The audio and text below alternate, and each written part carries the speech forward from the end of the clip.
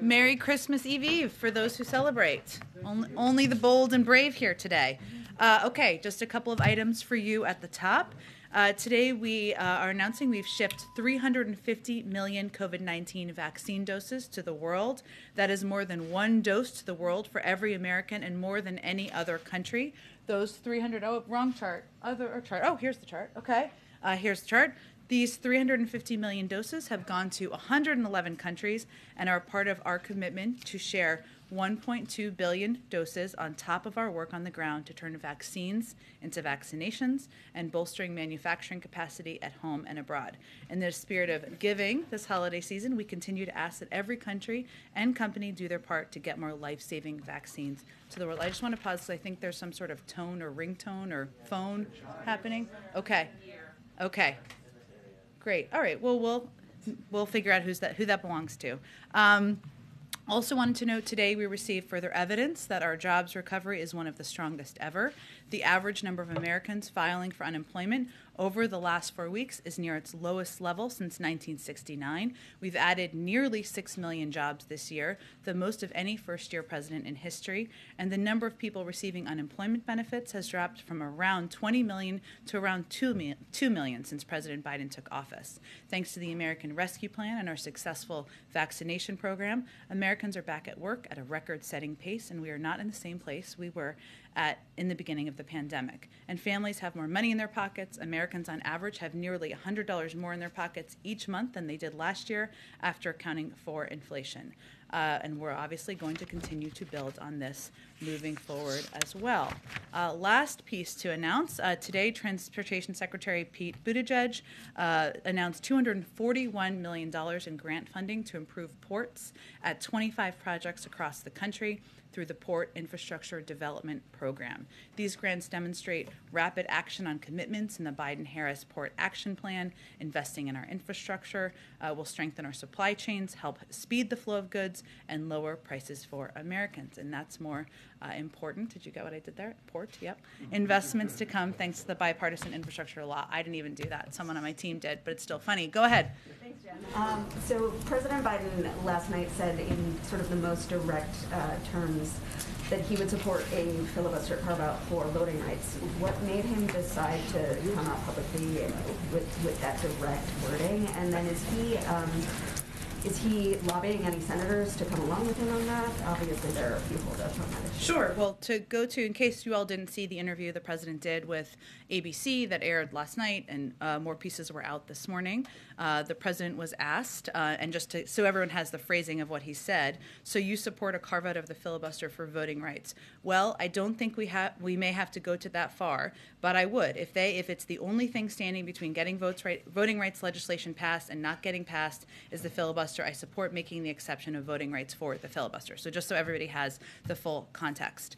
The president has spoken to his strong view that getting voting rights legislation passed is a fundamental priority for him. It's something that is essential so that people across the country are able to exercise their right to vote, to participate in the democratic process. That's something he has always believed, always been committed to. As he said in his answer last night, we may not have to go to that, but he is prepared to support changes if that's the only thing standing in the way of getting this done. And then President Putin's press conference earlier, does the White House have a response to his assertion that it's actually the West that is promoting tensions in the region, and also his demands that Russia receive assurances NATO won't accept Ukraine? Well, facts are a funny thing, and facts make clear that the only aggression we're seeing at the border of Russia and Ukraine is the military buildup by the Russians and the bellicose rhetoric from the leader of Russia.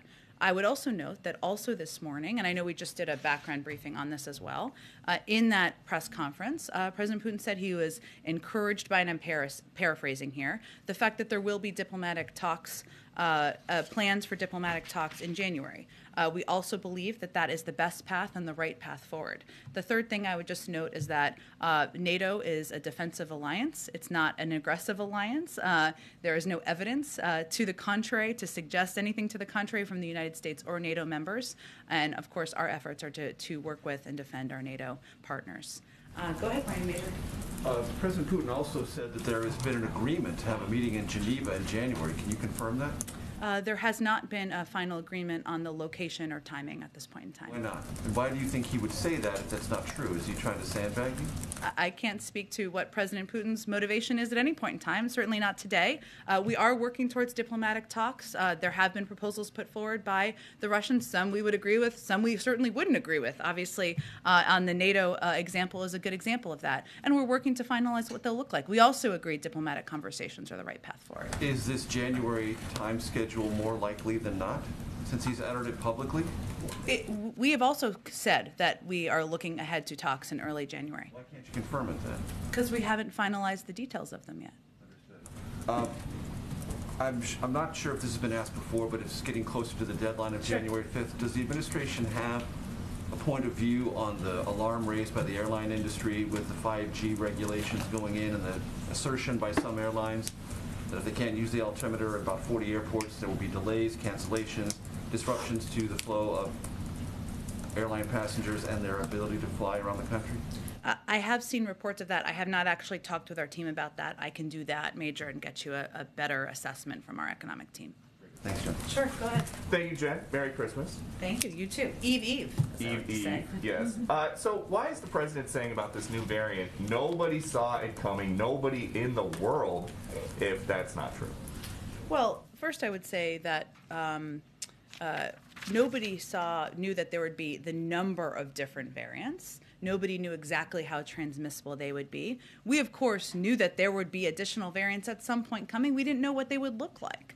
But we've been preparing for a range of contingencies all along throughout this process. That's why we have had ample vaccine supply. That's why we have had ample mask supply, and why we have worked to ramp up aggressively our testing over the past few months. Okay, and then about the testing and the contingencies, why is it that you guys are promising 500 million tests next month if you haven't even signed a contract to buy the tests? Well, we have no concern about the contract being finalized. We're just working to finalize the contracts. We just announced this 2 days ago. But there's we don't see any issue or any halt to getting that done and to finalizing that. That's a natural part of the process. What I can tell you, Peter, about the process to date, because I know there's been a lot of questions about this, is that when we saw a surge in demand in Delta, we took additional actions to expand the over-the-counter test market. You may not remember this, but if you look back to the period pre-Delta, actually a lot of these testing companies, there was so little demand, they were laying people off around the country and around the world because there was not demand. What the president also did was use the Defense Production Act to invest $3 billion to ensure we were upping the market so the market would have the capacity to produce more tests. And also, as you know, the FDA approved 8 tests. Otherwise, we wouldn't have had the capacity to do what we're doing for January. But if it's so easy to get the tests, why don't people have them now? Who here decided that Americans were going to want to have access to these tests in January as opposed to now before they go home for Christmas? Well, Peter, what we've been doing over the course of the last 4 months, even before the president's announcement 2 days, is massively increasing our testing capacity, quadrupling since the summer. And what the announcement was the president made just 2 days ago was making the biggest investment of any, certainly for us and probably from any country in the world, to address what we see as a surge in demand for tests. This is not just happening in the United States. This is happening all around the world where there is not enough testing capacity, and we have taken steps that are more significant than any country in the world so that we could have the testing needed to meet what people are looking for. And as we understand it, there's going to be a website that people can go to starting next week. There are a lot of Obama alum that work here. Is anybody that was involved... Don't know any of them. Yeah. Is anybody that was involved in the creation of healthcare.gov going to be involved in the creation of this new website? Well, I don't know all the staffing particulars about the creation of the website. What I can tell you is that we've been planning for the website to be ready when tests start to be ready. And the website will ensure tests are available equitably and that they will be obtained with ready access. That is what we're trying to do as we are finalizing the design of the website. We're obviously not going to put the website up until there are tests available. Okay, and then just one final topic. Is the president taking crime in big cities more seriously now that a Democratic member of Congress, Mary Gay Scanlon, has been carjacked at gunpoint? Well, let me first say that we're relieved that she was not injured, and the president called her and spoke with her this morning as well. It is absolutely unacceptable for any American, whether they're a member of Congress or not, to be victimized by crime like that.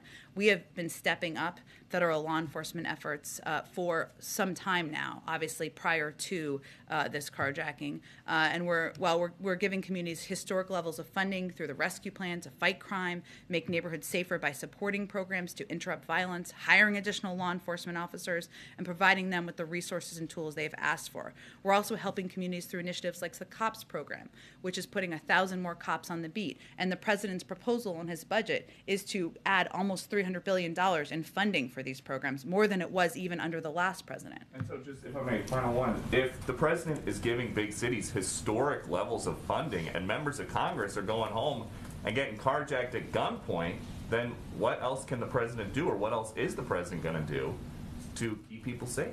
Well, this is a priority for the president. I want to be clear that this proposal for additional funding for the COPS program has been something the president proposed several months ago. Obviously, we'd love to get that passed in the budget next year. We'd love to continue to step up a range of the programs we've had around the country, strike forces that have been helping individual cities, working with law enforcement partnerships to help individual cities, and that's something we're going to continue to do. The president has never supported defunding the police. He's always been an advocate for adequate funding and ensuring that police departments and community policing programs have exactly what they need. Go ahead. Yeah, I want to follow up on Alex's question on the filibuster, and I'm curious how the White House is going to deal with the slippery slope issue. We obviously already sidestepped the filibuster for the debt ceiling.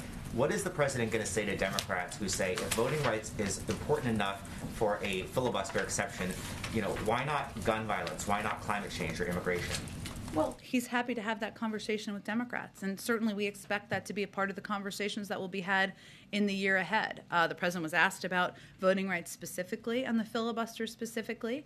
He said, I would just reiterate that he doesn't think we'll have to go that far, but he was very crystal clear in his answer that he supports making the exception of voting rights for the filibuster, as was the question. I think the key piece we know at this point in time, which you know, is there aren't enough votes to change the Senate rules at this point in time. There are different ranges of options they're discussing in terms of rule changes, and we'll see where that ends up in January. So is the president open to also having a filibuster exception for those other Democratic priorities? I'll let the president speak for himself. He was asked a specific question. I think he answered it pretty clearly. Okay, and one other topic, the president said that he is meeting with his team to discuss potentially lifting the travel ban on those southern African countries. Is there any update about that? I don't have an update at this moment. I would just reiterate for you that this was never intended to be permanent. It was intended to be temporary, and lifting it is certainly our intention. Go ahead. Yes, I wanted to ask, I guess the government contracts for the 500 million tests specify that they would be for the January to March period. So does that mean that the goal of the administration is to have them all manufactured and distributed in the first quarter, or just manufactured, or? It's a great question. What I know here is that we expect to get the first set of the 500 million in early January, and we expect that the rest will come in the weeks to follow. I would be surprised if it was that distribution was required in that time, but I will check with our team to see. Also, some epidemiologists have criticized the administration for not being as focused on masking, and I wondered if the administration is considering, for example, sending N95 masks to Americans, which would have a longer use time as opposed to the testing. We have an abundance of masks at our disposal in the federal government, and we work with community health centers, rural health centers, a range of medical organizations to make sure that people have the supplies they need. And if that's something that, as we're engaging with a governor or a local health official, they need, we have ample supply in the government. So we are just addressing needs as they come up, but we have not seen a shortage at this point in time. Go ahead. Okay. I'm sorry. Just jumping on what Peter had said, another thing that the president said in his interview was, I wish I had thought about ordering 500 million tests 2 months ago, and I just wondered, we all knew variants were on the rise, the Christmas holiday season was coming. Why didn't anyone think of it in advance? Well, I would say we did take steps to rapidly increase our testing capacity. as of the summer. And I would just go back to kind of the chain of events here to remind people of, and we forget, June was a long time ago, but before the Delta variant was on the rise, there was not a demand for testing in this country. There really wasn't. Then Delta obviously increased the demand. We also had to take steps as a federal government to build up the market because the market wasn't there to meet if the demand rose. What the president did with the Defense Production Act is to do exactly that, investing $3 billion several months ago to make sure we were building up the market, to make sure we had the capacity. There wouldn't have been 500 billion tests to order several months ago. So the $3 billion investment, the use of the Defense Production Act, actually increased capacity in the market. And that allowed us to quadruple our testing capacity and allowed us to get to this point where we're able to make the significant order that we made. I would also note that I said before, though, that, and also the FDA authorized 5 new at-home tests since October. So the fact that there's additional tests available has also meant that there's additional capacity out there and different kinds of tests we can order from. Go ahead. Jen, just to follow up on that, because it is the president who said himself that he wishes that he had thought about this idea 2 months ago. And public health experts have been saying for months, including 2 months ago, that there was not enough testing supply. So why did nobody think of this, or did the president miss the mark here?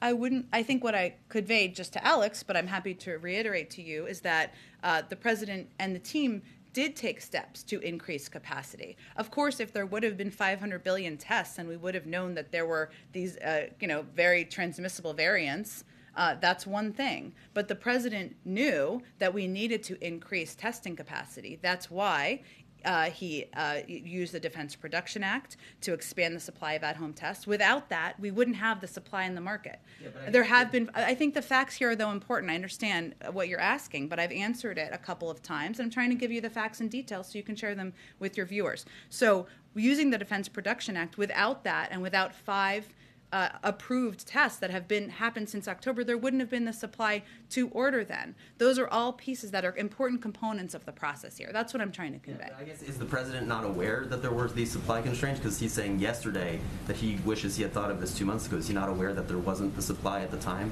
to purchase those 500 million? Well, the president wouldn't have taken the steps in September and October he had taken if we weren't aware that we needed to have increased supply. But also there wasn't the demand back in June for it, right?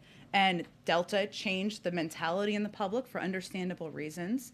And the fact that there were only a couple of approved tests just before October, there were only about 3 on the market, right, that we could have tapped into. The president, using the Defense Production Act and investing $3 billion, allowed for there to be an increase in production so we could order the huge number of supply that we're ordering now. Bigger picture here on Omicron.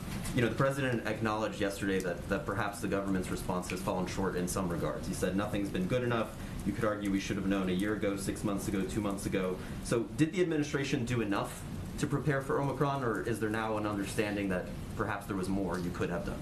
Well, I think what the president was acknowledging, which he said in his speech a couple days ago as well, is that we're not where we need to be on testing.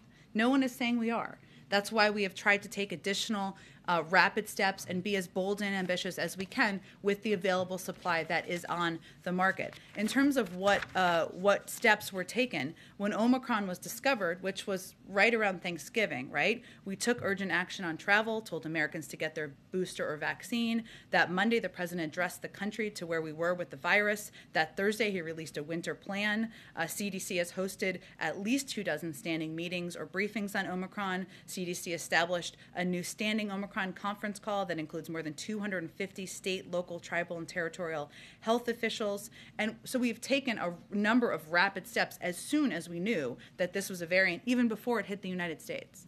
And lastly, you guys have been sharing former President Trump's message recently on boosters. And I'm wondering, given the former president's apparent change in tune on this issue over the last week, has there been any renewed contact between President Biden and the former president or your teams? No, but we are grateful that the former president got the booster. We're also grateful that he made clear in a recent interview that they're effective and they're safe. And that's an important message for anyone to hear. This is not a partisan issue. This is about saving lives, communicating accurate information, pushing back against inaccurate information. And in this particular case, the former president did that. Go ahead. with the former president defending vaccines. Tuesday, President Biden mentioned that's one of the only things that he actually agrees with Trump on. Would the White House consider a partnership with the former president to get some of those folks that are vaccine hesitant to actually get the jab? I don't know that we think it requires a partnership. I think we believe that, the former president being out there and stating what is factually accurate about the efficacy of vaccines, of getting boosted, which he recently did, of course, is a good thing, right? And it's a good thing to have a range of voices out there. Democrats, Republicans, independents, celebrities, non-celebrities, whomever people will be listening to out in the country. We continue to believe that the most effective voices are local voices, local people. That's who everybody listens to, people in their community, your neighbor, your friend, your cousin, your pediatrician. But certainly we would applaud and have the former president's comments. And with regards to the new initiative, how many tests will each American be able to get? It's a great question. It's something that we're looking to finalize guidance on, and we'll have that available as soon as it's ready.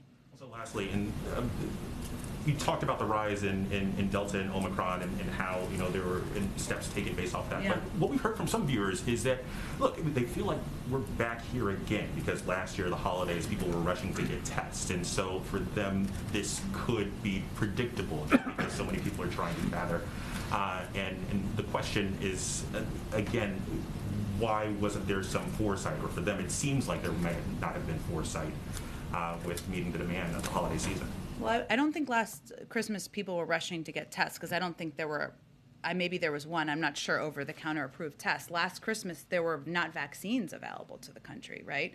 And what the CDC was advising was that people should not even gather with their family members. Certainly, they shouldn't travel. Now we're at the point where 200 million Americans are fully vaccinated. We have ample vaccines. We have ample boosters. We have supply of masks. We just ordered a historic-sized set of tests so that people can have those across the country. And even without that, we've sent 50 million tests out to community health centers. We've opened 20,000 testing sites. We've worked with FEMA. We're opening more testing sites across the country. So people will be able to gather with their family members. Are we through the pandemic? No, we're not. But we are in a very different place than we were 1 year ago today. Go ahead. Can I ask, Intel found itself in some hot water overnight over a statement it put out around supply chains in Xinjiang, and they're worried. And then they had to apologize to China and the Chinese people. Of course, the U.S. views what's happening in Xinjiang as a genocide, as you called it. How concerned are you that more American companies are going to find themselves sort of trapped in this situation, in particular with the signing of the Uyghur bill today by the president?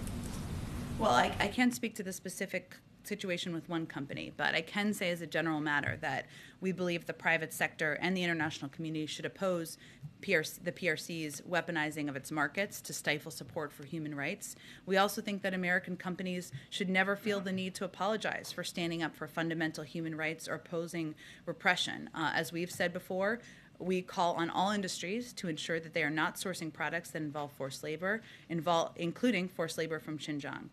The reality is that companies that fail to address forced labor and other human rights abuses in their supply chains face serious legal risk, reputational and customer risks, not just in the United States, but in Europe and other regions of the world. So that's broadly how we feel. Can you just say briefly whether anyone in the administration spoke with any Chinese counterparts before the signing of this bill? Is there a concern that China will be upset by the president signing this bill? Was there any effort to smooth that over or not smooth it over? We had announced our support or intention to sign the bill. I can certainly check if there was any diplomatic engagement around that, but that was, of course, prior to today. And certainly we have made no secret of our concerns. The president has spoken to them. We worked and gathered the G7 leaders to sign a statement on this about the human rights abuses in Xinjiang. So I don't know that it's a surprise. Why did he sign it on camera? He signs bills on camera, off camera, sometimes on camera. We support the bill, and obviously we've been leading the effort in the world to call out human rights abuses. Go ahead. Yeah, with seeing the spread of the Omicron variant, can you speak to changes that you all here at the White House have made? I know yesterday we saw a number of the CEOs and other folks that the president met with virtually. Have you guys reduced the footprint in the White House, a return to Zoom meetings? Can you talk all about White House changes? We already had very strict protocols in place here at the White House above and beyond what what even is advised by the CDC. Obviously, we all wear masks. Anytime you're going to meet with the president, you are tested. Anytime you're going to travel with the president, you are tested. There are probably fewer people here as people have joined their families for the holidays, but we haven't made any policy changes at this point in time. If it's advised by the CDC, we would do, and certainly we will continue to evaluate what we need to do to keep people in the workplace safe. The Zoom meeting yesterday was like a safety precaution, would you say, or was it a logistical reason? We actually do meetings with CEOs or others frequently on Zoom. Sometimes it's harder for them to travel, but I'm not aware of that decision being made for safety reasons. And I noticed yesterday the NEC director was wearing a mask as he sat on the stage opposite the president. Was there a particular reason? I know he was very far away from President Biden. We wear masks in meetings. That is what we do in the White House, or have been doing in the White House, and that has been our protocol. Go ahead. Civil rights activists are calling for action on voting rights legislation by MLK Day. Does the president believe that's realistic or possible, and is he committed to that timeline? The president is going to continue to work with Leader Schumer and his team and other Democrats in the Senate to move this forward. I'm not going to give a new timeline or an additional timeline from here. Certainly know there are a lot of passionate advocates out there who have been out there protesting and calling for movement on this. We agree with and understand that, but we'll be working in lockstep with Leader Schumer's office and moving it forward. We've now seen the second COVID-19 treatment pill approved by the government. What is the administration doing to make sure there aren't shortages, or that they can address the already existing shortages of those pills? And can you just clarify, will both pills be free for all Americans? I believe so, and I will quadruple check that, but that has always been our approach. I would note that what we have done is we have purchased 10 million of the Pfizer doses. We know that just over 250,000 of those will be available in January. We will not get the full package of that, I think, until the summer. We've also purchased 3 million Merck doses, which were just approved today, and we expect to get the majority of those by the end of January. I think it's important to note what Dr. Fauci has said a number of times, just in terms of expectations for the American people. It's a very complicated synthetic process to make specifically the Pfizer antiviral. All tools are on the table, including the use of the Defense Production Act to get Pfizer the things they need to produce this antiviral as quickly as possible, but it takes a significant amount of time to do that. That's just science, and we have purchased as much as we can purchase, but we just want to set that expectation. The most important step people can take is to get vaccinated and get boosted. And just really quickly on the Fed vacancies, because I have to ask, do you expect a decision before the end of the year? I don't have any update for you, but I know we're eager to get those out to all of you, especially the many who are very focused on understandably. Go ahead. In that interview with ABC, the president was asked about vaccine requirements possibly for domestic travel, and he said that the team deemed it not necessary. What is the logic of having it necessary for international travel, whether it's Americans or foreigners, with testing and vaccine requirements, but not for domestic travel when you see the numbers of travelers, especially right now during the holidays? Sure. I would say that we still require masks on airplanes, of course. We've also increased the fee on if people do not wear masks on airplanes. In terms of international travel, part of the effort has been related to the number of variants that are out there, and we see them differently. Rules, as you know, for international travels are different because international travelers must be vaccinated and tested within 1 day of departure to help keep COVID cases out of this country and delay any new possible variant from coming into the country. So we have not, at this point, aside from masking, put in place additional steps for domestic travel. A question on Russia. A few days ago, I think you said that you didn't want to put a deadline on those negotiations, those talks, and how it goes forward with the situation at the border with Ukraine. Does that mean that you guys are okay with the status quo? Like, how long is this can this situation be tenable, even if Russia doesn't take that extra step of aggression? We have talks that will be in January. We just haven't finalized the details of those, so that's really the next step. Thank you, Jen. Okay, thanks everyone. Merry Christmas to those who celebrate. Merry Christmas and Happy New Year. And Happy New Year, yes. Last briefing of 2021. Don't look so sad, everyone. Thank you, guys.